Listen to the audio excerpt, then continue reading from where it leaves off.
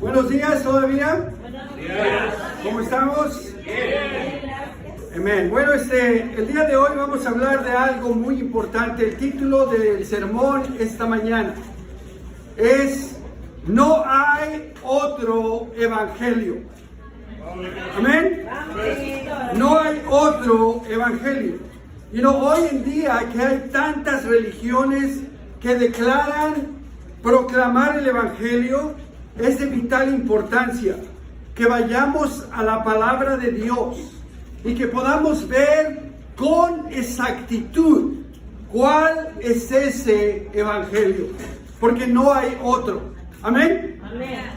Vamos a estar leyendo en el libro de Gálatas, primero en el capítulo 1 y luego vamos a ir al capítulo 3. Y tenemos algunas otras escrituras que nos van a ayudar. Primero, por favor, acompáñenme en Gálatas capítulo 1 y versículo 1. Este libro fue escrito por el apóstol Pablo. Y el apóstol Pablo escribe a la iglesia que estaba en Galacia y les habla y él escribe esta carta para corregir algunos problemas y cosas que estaban pasando ahí en la iglesia. Y como sabemos, inspirado por Dios, escribió esta carta que es parte de la Biblia para hoy instruirnos a nosotros. Amén. Amén. Dice en Gálatas capítulo 1 y versículo 1: Pablo, apóstol, no por investidura ni mediación humanas, sino por Jesucristo y por Dios Padre, que lo levantó de entre los muertos, todos los hermanos que están conmigo a las iglesias de Galacia. Y así empieza Pablo, acreditando quién es él. Dice: yo me llamo Pablo, yo soy el que le estoy escribiendo esta carta, junto con todos los hermanos que están aquí conmigo en Galacia. Pero dice: yo soy apóstol, no por investidura ni mediación humana. ¿Qué es una investidura? Cuando alguien lo proclamaban rey, o cuando alguien lo proclamaban juez, o cualquier cosa, ustedes han visto, cuando alguien lo proclaman juez, le dan su gorro ese, y le dan su cosa y todo, como es el nombramiento, pero le ponen una vestidura, le ponen algo que significa, ahora esa persona tiene una autoridad. Amén. Amén. Pero Pablo dice aquí: yo no soy apóstol por una investidura ni mediación humana. En otras palabras, ninguna persona me dio ese título a mí. Nadie dijo: pues Pablo lo vamos a hacer apóstol. Dice: no fue así, sino fue Jesucristo y Dios Padre quienes me dieron ese trabajo de ser un apóstol. Aquí Pablo declara claramente que él es apóstol porque así Dios lo decidió, que Dios lo llamó para que él fuera un apóstol, que Dios lo estaba usando a él y que eso no lo decidió ningún ser humano. Aquí en este lugar habemos un montón de personas, unos feos, otros guapos, otros viejitos, otros jóvenes como yo, chaparros, altos, ricos, pobres, de todo. Pero quien sea que tú eres, tú tienes que entender que lo que tú eres en gran parte es porque Dios quiere que seas y estés donde estés. Porque aún tu pecado, aún tus malas decisiones, si dependiera de eso, tú estarías tal vez muerto en la cárcel o sabrá Dios dónde estarías. Pero sin embargo, Dios todavía te tiene aquí. Si eres un discípulo o una discípula de Jesús, porque Dios te llamó, porque Dios te alcanzó. Si alguien te conoció, o eres amigo, familiar o alguien de alguien y hoy te invitaron y viniste, fue porque Dios así lo decidió. Dios te escogió, Dios te llamó y Dios te ama con todo el corazón y quiere tener una relación contigo. Amén. En primera de Juan, capítulo 5, vamos a ver un versículo que es impactante. Es algo increíblemente fuerte. Dice la palabra de Dios en 1 de Juan 5:19. Fíjate lo que dice. Sabemos que somos hijos de Dios y que el mundo entero, no un pedacito, pero todo el mundo entero, está bajo el control del maligno. Aquí la Biblia asegura que todo el mundo entero está bajo el dominio, esa es la palabra que usa aquí, está bajo el control del maligno. ¿Quién es el maligno? El diablo, Satanás. Piensa un poquito. La Biblia dice que todo el mundo entero está bajo el control de Satanás. ¿No te impacta eso? Sí. Eso es la verdad, porque la Biblia lo dice. Y eso responde a cualquier pregunta que cualquier tonto haga acerca de que, ay, pero ¿por qué si Dios existe, por qué hay tanta maldad en el mundo? ¿Por qué esto? ¿Y por qué lo otro? ¿Y por qué aquello? Bueno, porque Satanás está en control de todo el mundo entero. Es lo que la Biblia dice. Esa es la verdad. Así que la única esperanza de no poder ser destruidos y caer en ese juego, en ese medio ambiente y en ese reino de Satanás, es estar en comunión con Dios. Es la única escapatoria. Si una persona no tiene una relación con Dios, no importa qué piense ella, no importa qué piensas tú, está siendo parte de ese juego, de esa orquesta, de ese ambiente de Satanás. Y la prueba está en, mira, todas las cosas que han pasado en tu vida. No más ve. ¿Dónde están todas las personas que tú amas? Tus familiares, tus amigos, ¿dónde estás tú? A veces nosotros queremos engañarnos. Cuando no tenemos a Dios, nos queremos engañar diciendo, no soy tan mal. Y te quieres convencer. La realidad es que estás súper mal, mucho más de lo que tú piensas. Por eso a veces cuando la gente empieza a estar en contacto con su realidad, se deprime tanto. Muchos se suicidan. Y cuando una persona está engañada, se trata de convencer y dice, solito, a veces se desanima, pero no, todo va a estar bien. Oh, Diosito me quiere. Oh, no, yo sí. O se agarran de una religión, o de una filosofía, o de algo, y ahí van. Pero la realidad es que tu vida es un desastre. Sí. Porque estás en ese ambiente y en esa orquesta. Los niños entran en esa orquesta desde muy pequeños. Cuando yo veo a los niños ahí con su teléfono, digo, wow. Ellos ya están en la orquesta de Satanás, controlados por Satanás. Muchos papás y mamás ni siquiera tienen idea de lo que dicen las caricaturas, de lo que dicen de los videos que están viendo. Ya no hablemos de los jóvenes de 11, 12, 13, 14 años. Eso ya es wow. Ellos ven y oyen cosas que yo no vi hasta los 20 años. Es horrible, pero Satanás está en control de todo eso, de las redes sociales, de las escuelas, de los libros, de todo.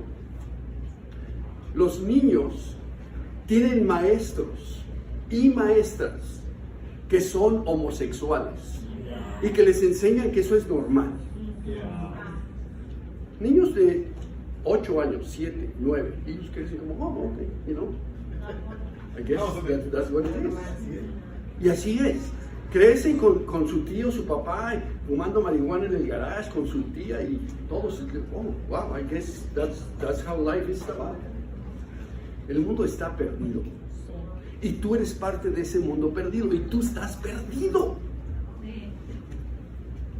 Pero Dios, y esta es la buena noticia, Dios controla absolutamente todo, incluso lo que el maligno puede o no puede hacer.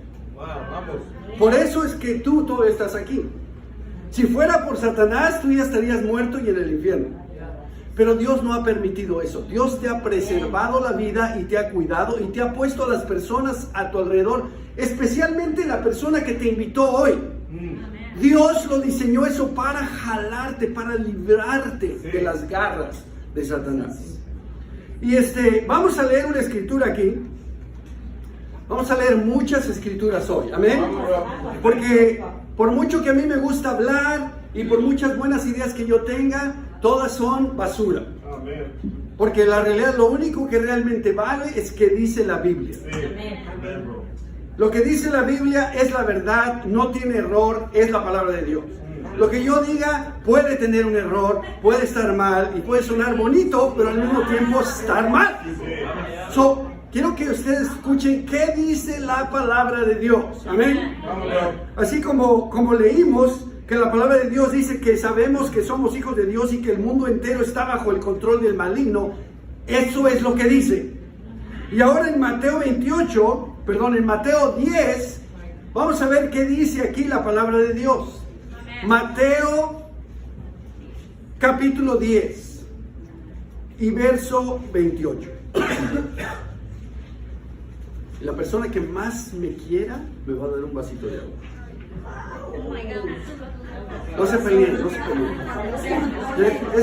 Es bueno ver porque la mayoría se dieron por vencidos. Dijeron, no, yo no soy. Gracias por ser honestos. Vamos a proseguir. Mateo 10 y verso 28. Dice, no teman a los que matan el cuerpo. Hablando del coronavirus. Mucha gente está... Muchos ya no besan a su esposa porque a lo mejor tiene coronavirus. Pero no yo. Yo digo, si lo tienes, pásamelo. Y si yo lo tengo, ahí te va. Gracias. No se engañen. Sara se lo dio. Ok. Dice aquí Jesús, no teman a los que matan el cuerpo, pero no pueden matar el alma. Teman más bien al que puede destruir el alma y cuerpo en el infierno. ¿Quién es el que puede destruir el alma y el cuerpo en el infierno? Dios. A quien único que tenemos que temer es a Dios, porque Él es el juez. Dice verso 29, ¿no se venden 2 gorriones por una monedita? Sin embargo, ni uno de ellos caerá a tierra sin que lo permita el Padre. Y Él les tiene contados a ustedes aún los cabellos de la cabeza. Esto es la palabra de Dios. Esto es verdad. No es un cuento, no es una parábola, pero es la verdad. Dice aquí Jesús que ni un pajarito se muere o cae si Dios no lo permite, y que Él tiene los cabellos de tu cabeza contados. Y para algunos de ustedes es más fácil, pero los tiene contados. Amén. Y dice aquí, verso 31, así que no tengan miedo.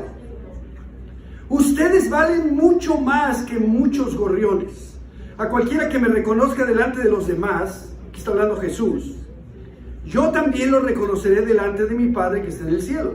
Pero a cualquiera que me desconozca delante de los demás, yo también lo desconoceré delante de mi Padre que está en el cielo.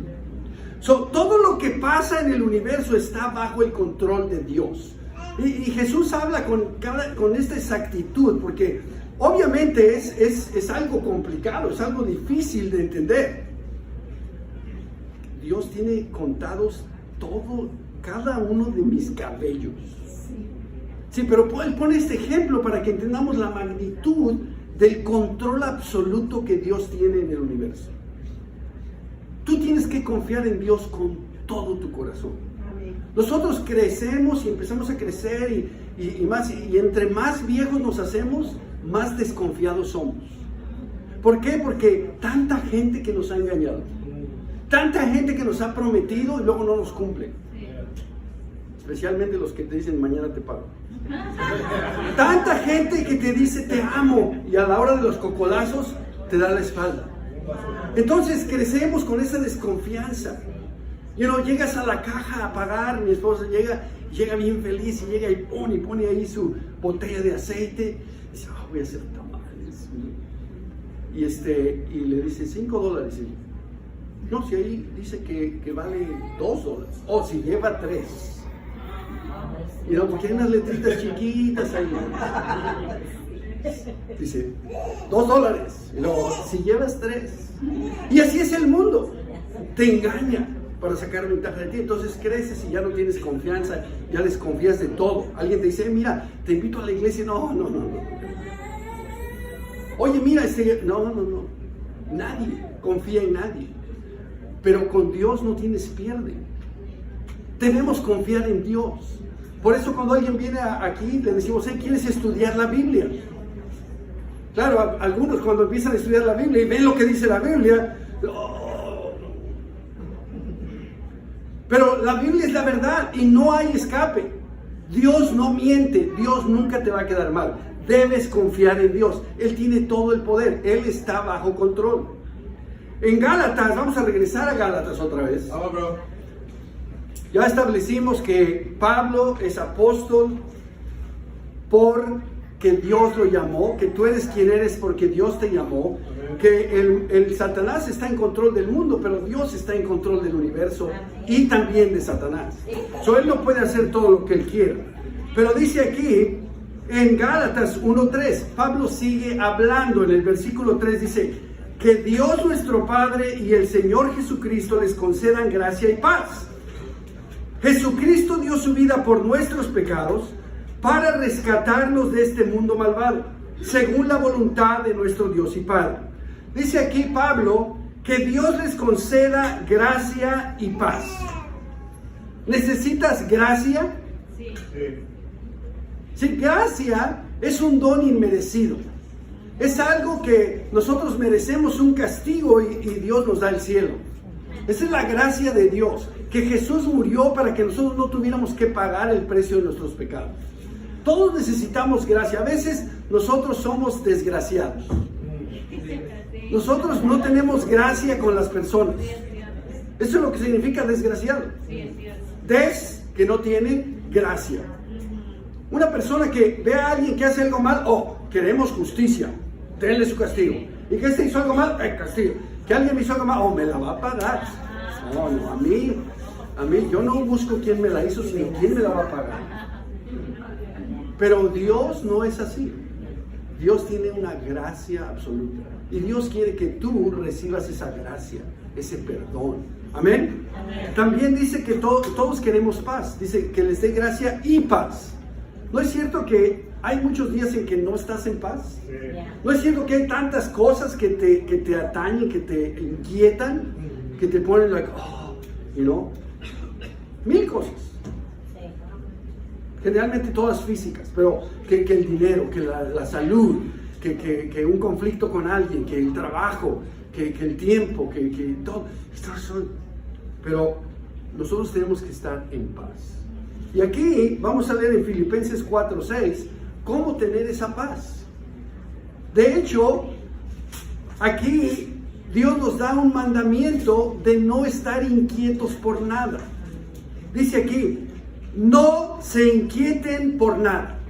Así que si tú te inquietas por cosas y andas estresado y andas todo así, estás desobedeciendo un mandato de Dios. Dios dice, no se inquieten por nada. No, en inglés dice, don't be anxious about anything. No te preocupes, no te pongas todo hyper por una problemita que Dios puede resolver. Dice aquí, no se inquieten por nada. Más bien, en lugar de inquietarse, dice, en toda ocasión. Y cuando dice aquí en toda ocasión, quiere decir también tus problemas. A veces pensamos, no, es que yo entiendo que todos sí, pero mi problema es mucho más grande que el de todos aquí. O para Dios no es nada ese problema. En cualquier ocasión, con oración y ruego, presenten sus peticiones a Dios y denle gracias. ¿Qué dice la Biblia? Que en lugar de inquietarte, que tú vayas a Dios y le des tus problemas a Dios. Y le des gracias. ¿Por qué? Porque He's gonna take care of it. Él lo va a arreglar. Él va a solucionar. Y dice el verso 7, y la paz de Dios, que sobrepasa todo entendimiento, Nadie la puede entender. Es una paz increíble. Cuidará sus corazones y sus pensamientos en Cristo Jesús. Todo empezamos a inquietarnos por medio de los pensamientos. Empezamos a pensar, el corazón. Pero dice que la paz de Dios que sobrepasa todo entendimiento va a cuidar nuestros corazones y va a cuidar nuestros pensamientos. Si solamente agarras tus problemas y se los das a Dios y le das gracias. Cuando tú le das gracias, quiere decir que tú crees que Él lo va a solucionar. Si no, no le vas a dar gracias. Le dices, aquí está ese problema, Dios, ojalá que puedas, y cuando lo hagas te doy las gracias. No, tú se lo pones y le dices, gracias de antemano, porque ya sé que tú lo vas a hacer. Y entonces vas a estar en paz. ¿Por qué? Porque la persona que está en control del universo, la persona que tiene todo el poder, ella va a tomar tu problema y lo va a resolver. ¿Amén? Amén. Vamos otra vez a Gálatas, de regreso, con Pablito. Dice el versículo 6. Ahora les dice, me asombra que tan pronto estén dejando ustedes a quien los llamó por la gracia de Cristo para pasarse a otro evangelio. ¿Qué? Le está diciendo, estoy asombrado de qué tan rápido ustedes están dejando a Dios. Dice, y la gracia de Cristo para pasarse a otro evangelio. Oh, wow, entonces hay otro evangelio. Dice verso 7, no es que hay otro evangelio. Oh, ok. Sino que ciertos individuos están sembrando confusión entre ustedes. Estamos hablando de hace 2000 años. ¿Ok? Hace 2000 años no había iglesia católica, no había iglesia adventista, no había iglesia mormona, no habían testigos de Jehová, no había metodistas, no había pentecostales, no había cuadrangulares, no había de ningún tipo de religión cristiana, simplemente estaban los discípulos de Jesús. Pero aún ahí hace 2000 años, dice aquí la Biblia, y Pablo dice, no es que hay otro evangelio, sino que ciertos individuos están sembrando confusión entre ustedes y quieren transgiversar, cambiar el evangelio de Cristo. Pero aún, si alguno de nosotros o un ángel del cielo les predicara un evangelio distinto del que les hemos predicado, que caiga bajo maldición. Como ya lo hemos dicho, ahora lo repito, si alguien les anda predicando un evangelio distinto del que recibieron, que caiga bajo maldición. La Biblia dice, y Pablo asegura aquí, que solamente hay un evangelio. Dice, aun si yo mismo, o un ángel del cielo, quien sea, que venga y les enseñe algo diferente, que caiga bajo maldición. Porque no hay otro evangelio, nada más hay uno. ¿Está claro eso? Sí, muy clarito. Lo que quiere decir, que si hay un solo evangelio, quiere decir que hay muchos falsos evangelios. Sí. ¿Amén? Amén. Católicos, testigos de Jehová, adventistas, evangélicos, pentecostales, presbiterianos, metodistas, carismáticos, los que se dicen discípulos de Jesús, hay sí o sí discípulos de Jesús, todos estos son falsos. Tanto los de la derecha como de la izquierda son falsos. Cualquiera que predique un evangelio diferente o que lo predique pero no lo practique, está frito. Amén, bro. Solo hay uno. Cuando yo estudié la Biblia, y algunos saben la historia, cuando me invitaron a la iglesia por primera vez, yo sabía, yo conocía la Biblia, y yo sabía que había un solo evangelio. Eso yo lo sabía muy claramente. Pero yo creía que el único evangelio verdadero era el que yo creía. Y ahí está mucha gente. Dice, no, yo entiendo que hay un solo evangelio. La iglesia católica es la única iglesia verdadera, todos los demás son hermanos separados, sectas, es la mera mera. Y yo no me voy de aquí. Los testigos de Jehová dicen lo mismo de su religión. Los adventistas dicen lo mismo de la suya. Los mormones también.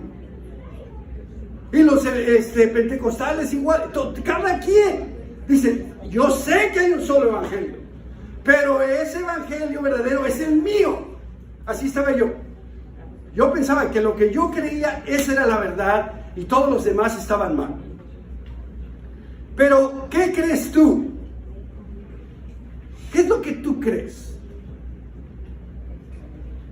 Vamos a seguir estudiando lo que dice Dios en su palabra y veremos si lo que tú crees es el único evangelio que enseña la Biblia.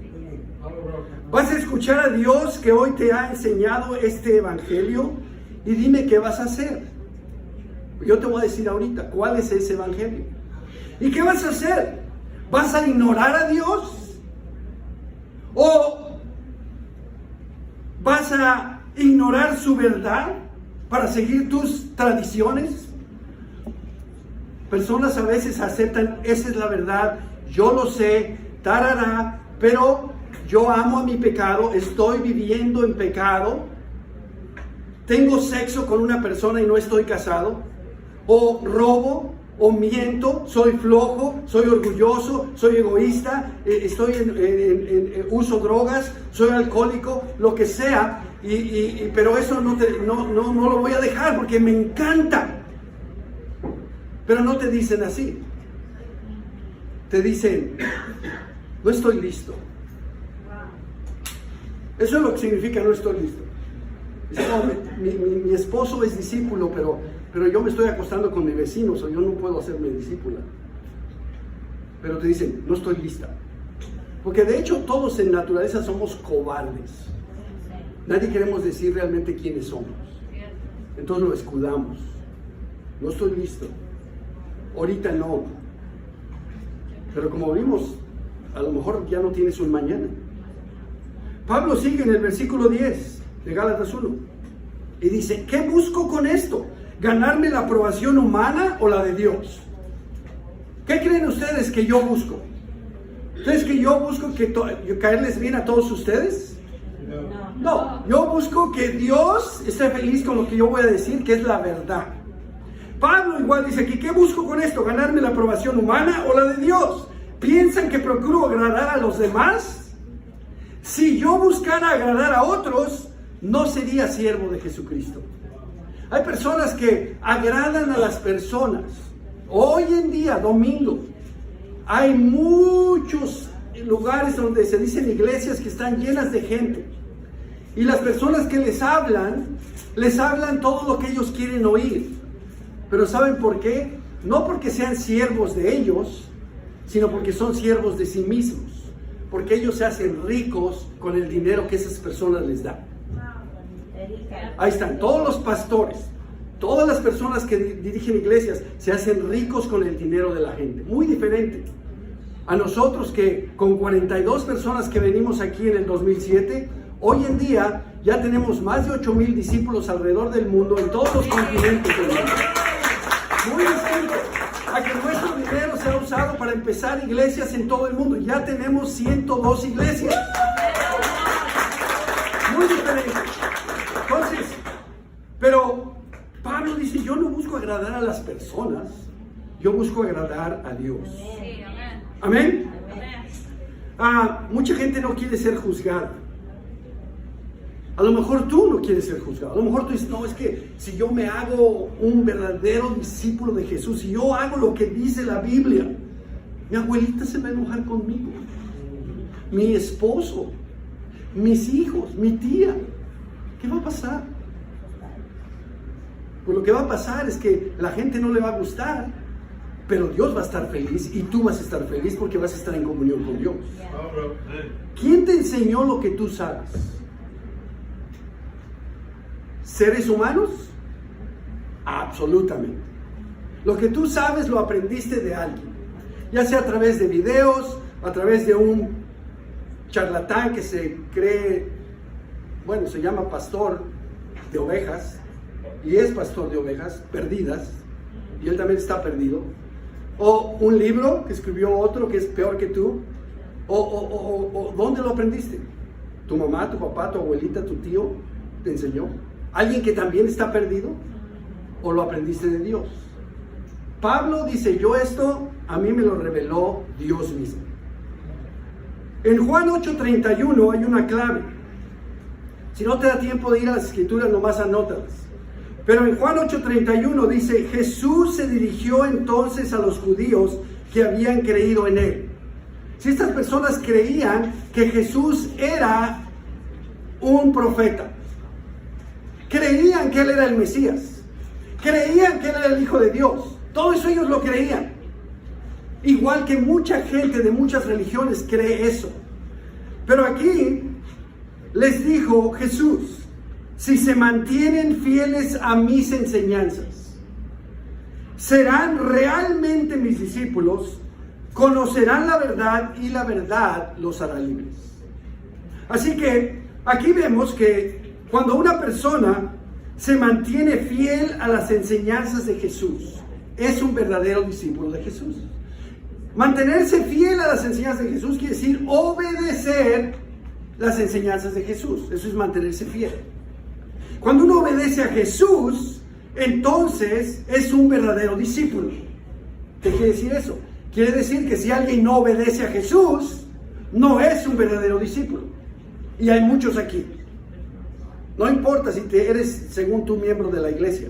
La iglesia no es un club. La iglesia es una entidad espiritual y solo Dios sabe quiénes realmente son parte de la iglesia.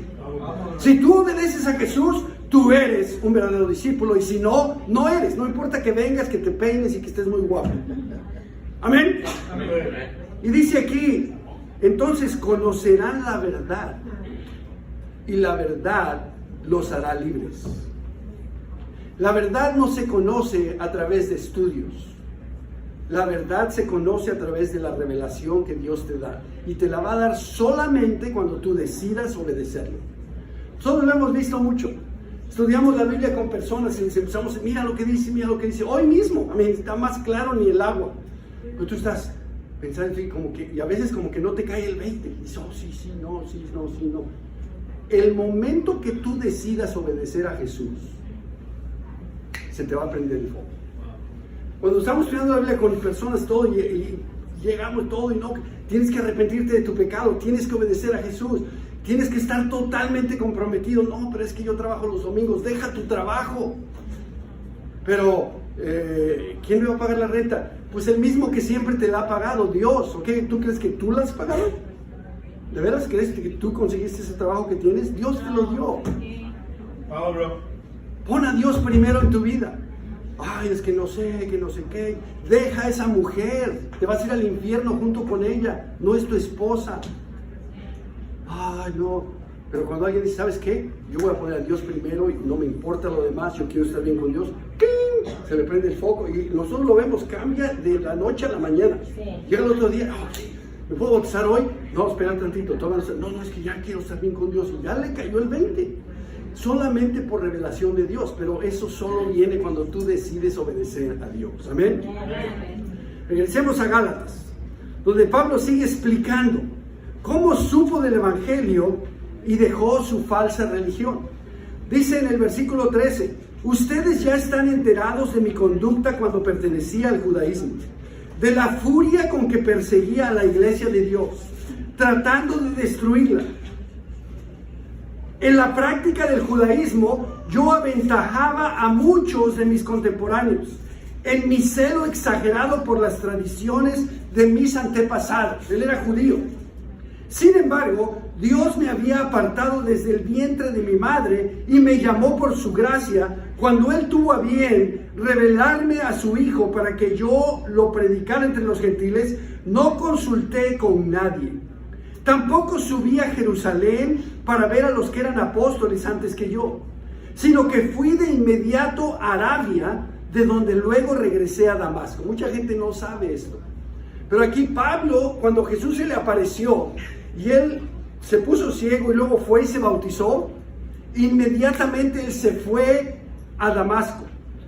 Y dice aquí que después de 3 años subió a Jerusalén para visitar a Pedro. Él fue a Monte Sinaí, al mismo lugar donde Moisés estuvo con Dios. Y él estuvo 3 años allá, hasta después regresar. Dice aquí Verso 18, después de 3 años, subí a Jerusalén para visitar a Pedro y me quedé con él 15 días.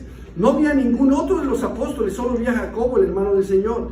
Dios me es testigo que en esto que les escribo no miento. Más tarde fui a las regiones de Siria y Cilicia, pero en Judea las iglesias de Cristo no me conocían personalmente.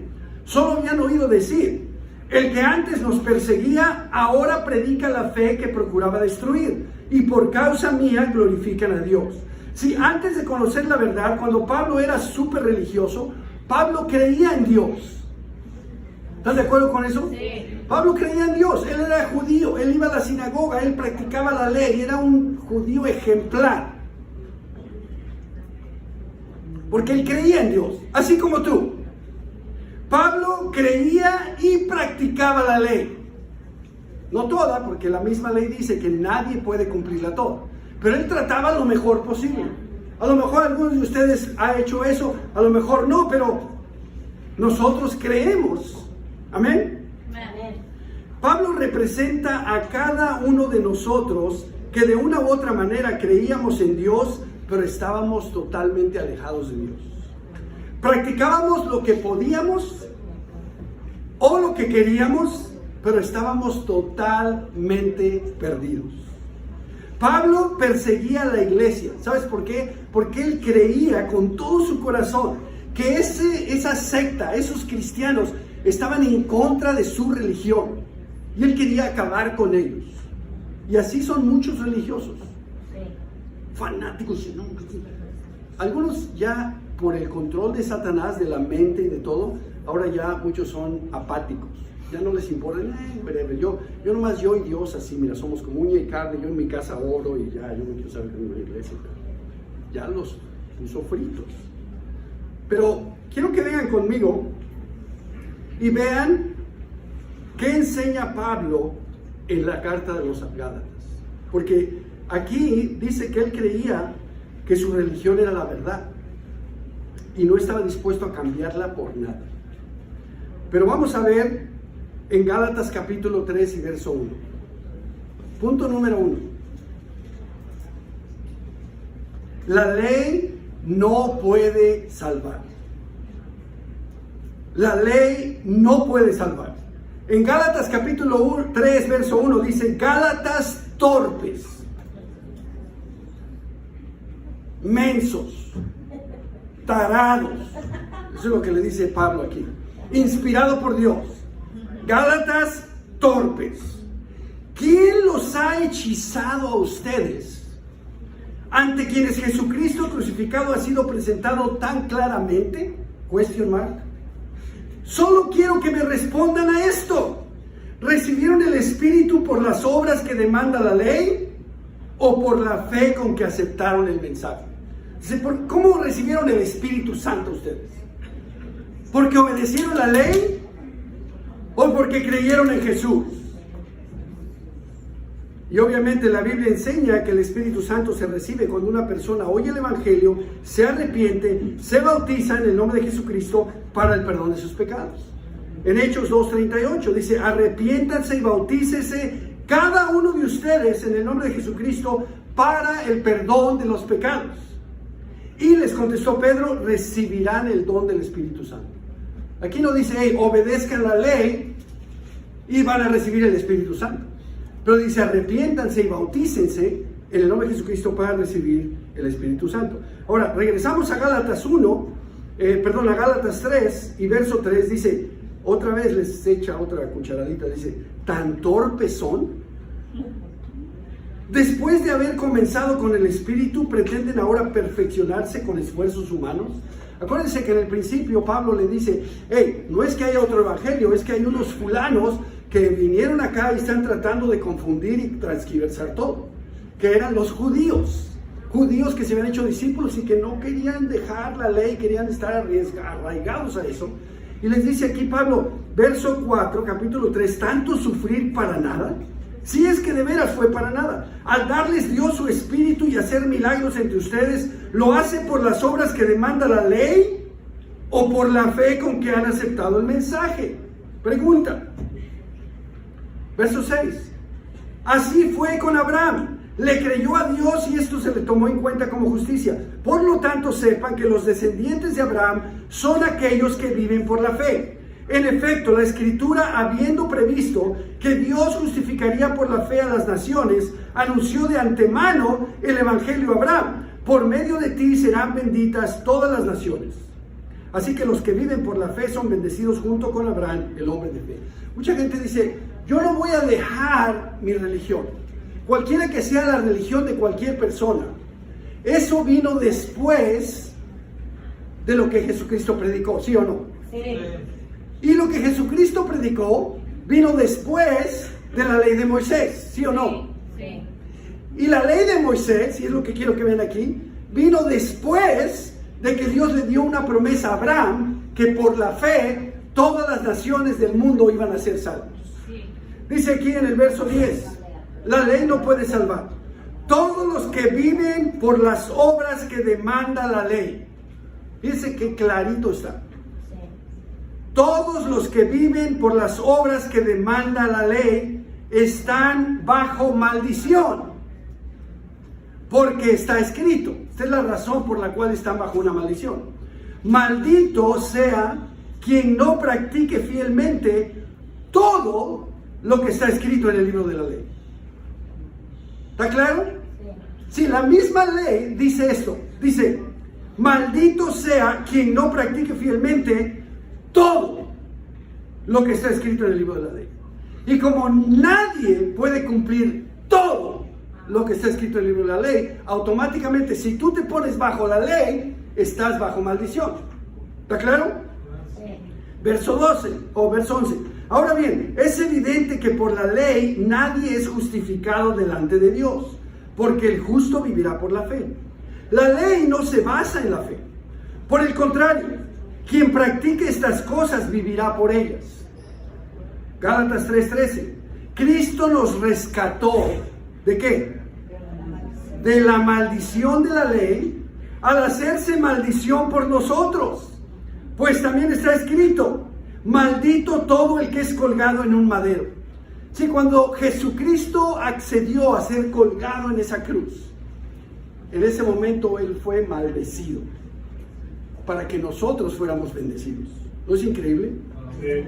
Verso 14, así sucedió para que por medio de Cristo Jesús, la bendición prometida a Abraham llegara a las naciones y para que por la fe recibiéramos el Espíritu según la promesa. Punto número 2, ¿para qué sirve la ley? La ley no puede salvar. Entonces, ¿para qué sirve? Bueno, vamos a ver qué dice Dios. Amén. Amén. No qué dice tu tía, no qué dice tu abuelita, no qué dice tu vecino, no qué dice el charlatán de la tele, pero qué dice Dios. Dice aquí, Gálatas 3:15. Hermanos, voy a ponerles un ejemplo. Aún en el caso de un pacto humano, nadie puede anularlo o añadirle nada una vez que ha sido ratificado. Ahora bien, las promesas se le hicieron a Abraham y a su descendencia. La Escritura no dice y a los descendientes, como refiriéndose a muchos, sino y a tu descendencia, dando a entender uno solo, que es Cristo. Lo que quiero decir es esto. La ley que vino 430 años después. Está claro que la ley vino 430 años después de que Dios había hecho la promesa a Abraham. Después de que Dios anunció el Evangelio a Abraham, que íbamos a ser salvos por la fe en Jesucristo, después de eso, 430 años después, vino la ley. Dice, verso 17, lo que quiero decir es esto. La ley que vino 430 años después no anula el pacto que Dios había ratificado previamente. De haber sido así, quedaría sin efecto la promesa. Si la herencia se basa en la ley, ya no se basa en la promesa.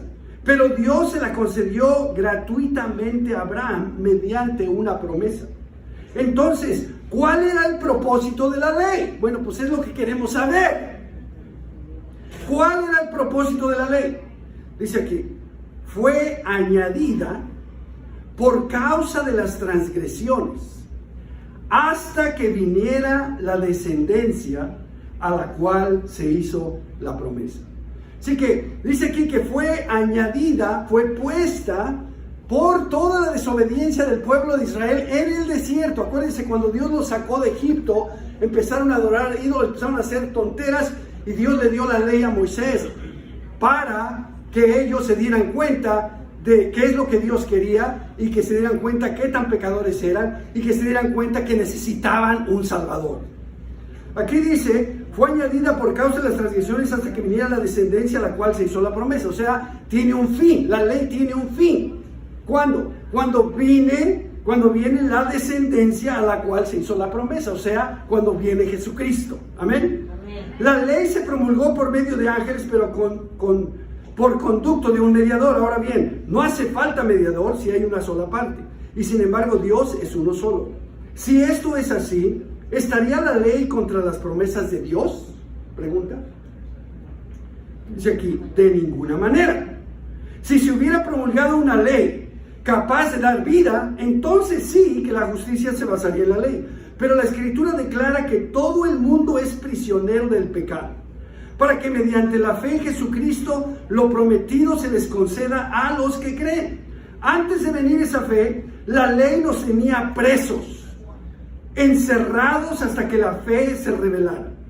Así que la ley vino a ser nuestro guía, para eso sirve la ley, encargado de conducirnos a Cristo, para que fuéramos justificados por la fe.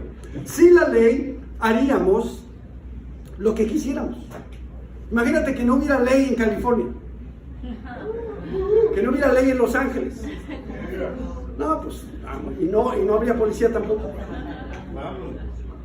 Pero como hay ley, tú ya sabes lo que está bien y lo que está mal. Y todos hemos hecho algo mal. Aún con la ley del mundo, que es tan fácil.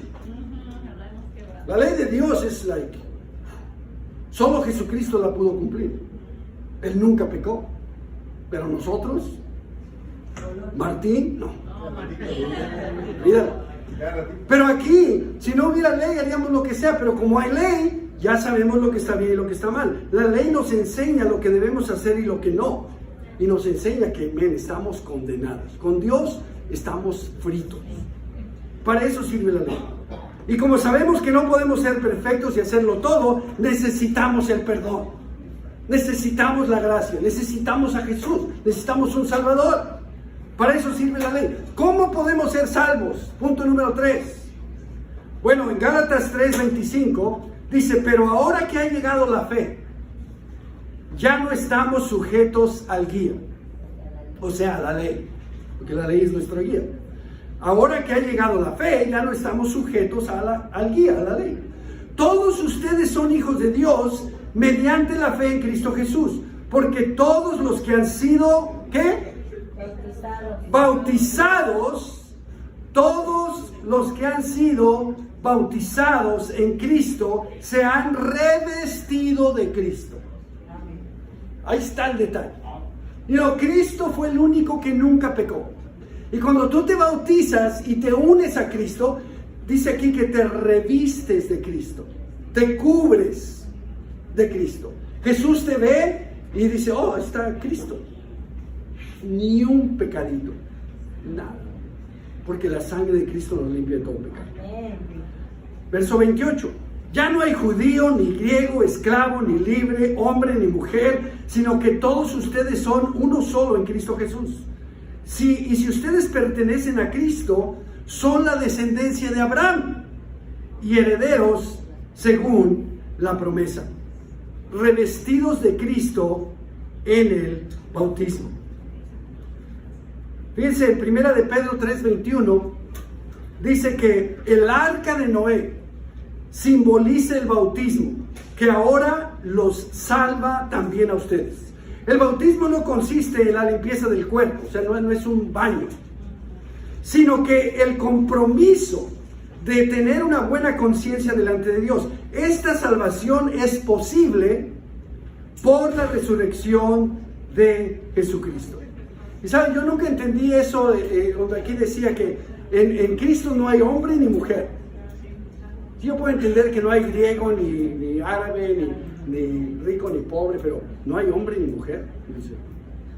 Y y encontré una escritura que me ayudó. Ustedes saben que el pueblo de Dios, para ser parte del pueblo de Dios, los hombres tenían que ser circuncidados. Sí. Amén. Pero las mujeres no pueden ser circuncidadas, ¿right? Pero en el reino de Dios, tanto los hombres como las mujeres son circuncidadas. ¿Sabías eso? Si tú eres un discípulo de Jesús y te bautizaste para recibir el perdón de tus pecados, tú has recibido una circuncisión espiritual de parte de Dios, seas hombre o seas mujer. Y vamos a leerlo. Colosenses 2:9. Dice, toda la plenitud de la divinidad habita en forma corporal en Cristo. Eso es increíble. Verso 10.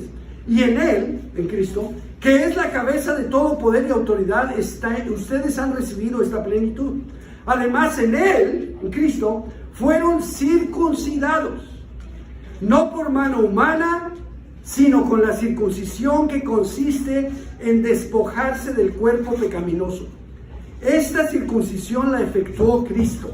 Ustedes la recibieron al ser sepultados con Él. ¿Dónde? En el bautismo. En Él también fueron resucitados mediante la fe en el poder de Dios. ¿Quién los resucitó de entre los muertos? Antes de recibir esa circuncisión, ustedes estaban muertos en sus pecados.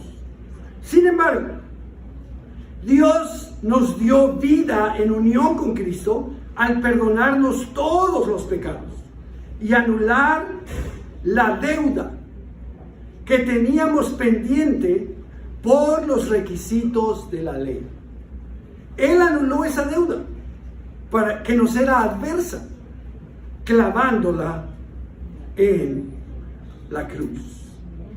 Como leyeron en Mateo 28, Jesús antes de ir dijo, vayan y hagan discípulos a todas las naciones, bautícenlos en el nombre del Padre, el Hijo y el Espíritu Santo y enséñenles a obedecer todo lo que yo les he enseñado a ustedes. Hagan discípulos y bautícenlos. El libro de los Hechos, todos ya sabemos, ahí en el capítulo 2 dice, ¿qué haremos cuando escucharon el mensaje? ¿Qué vamos a hacer? Y les dijo Pedro, arrepiéntanse y bautícense cada uno de ustedes para el perdón de sus pecados y recibirán el don del Espíritu Santo. Número 1, la ley no puede salvarnos. Eso es claro. Amén. Amén. Número 2, ¿para qué sirve la ley? Para llevarnos a Cristo, ya que por medio de la ley podemos ver claramente que somos pecadores y necesitamos un Salvador. Y número 3, ¿cómo podemos ser salvos? O haciéndonos discípulos de Jesucristo y bautizándonos para el perdón de nuestros pecados. ¿Qué vas a hacer? ¿Vas a compartir tú que sabes el Evangelio? ¿Lo vas a compartir con otros o no? ¿Te vas a hacer, tú que no eres discípulo o discípula de Jesús, te vas a hacer un discípulo o una discípula de Jesús y te vas a bautizar para recibir el perdón de todos tus pecados y poder estar en comunión con Dios? Pregunta. ¿O vas a ignorar a Dios, que tanto te ama, que te ha traído hoy para escuchar su palabra? ¿Lo vas a ignorar? ¿O vas a decir que no estás listo?